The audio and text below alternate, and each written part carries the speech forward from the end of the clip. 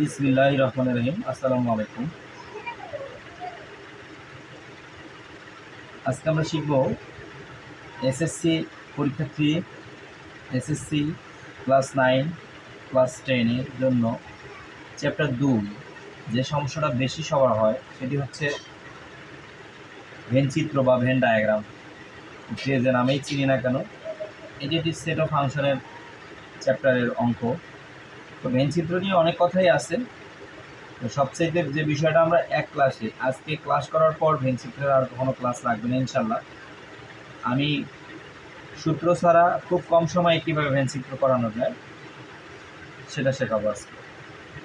তো ভেন চিত্র নিয়ে চিন্তা আর নয়, এক ক্লাসেই ভেন চিত্র শেষ। যেহেতু ভেন চিত্র শুরু করার আগে কিছু গল্প অবশ্যই করতে হবে ভেন চিত্র নিয়ে, এই গল্পগুলো প্রত্যেকেই জানা দরকার।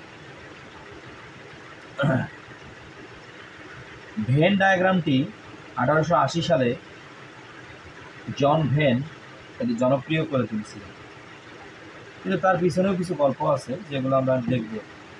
জন ভেন 1880 দশকে যখন তার এই ডায়াগ্রামটি জনপ্রিয় করে তোলেন, ইনি একমাত্র ব্যক্তি নন যিনি ডায়াগ্রাম সম্বন্ধে প্রথম বলছেন। এই ডায়াগ্রামটিকে বলা হয় ডায়াগ্রাম স্টাইল বা সেটের ডায়াগ্রাম।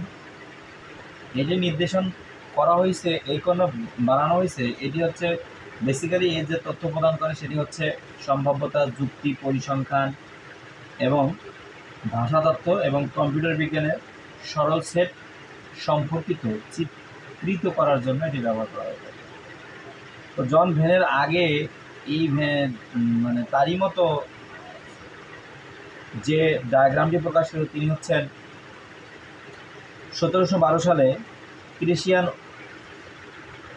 ক্রিসিয়ান ওয়াইস, যিনি হচ্ছে নিউক্লিয়ার লজিকো ইউসিয়ানো ছিলেন। 1712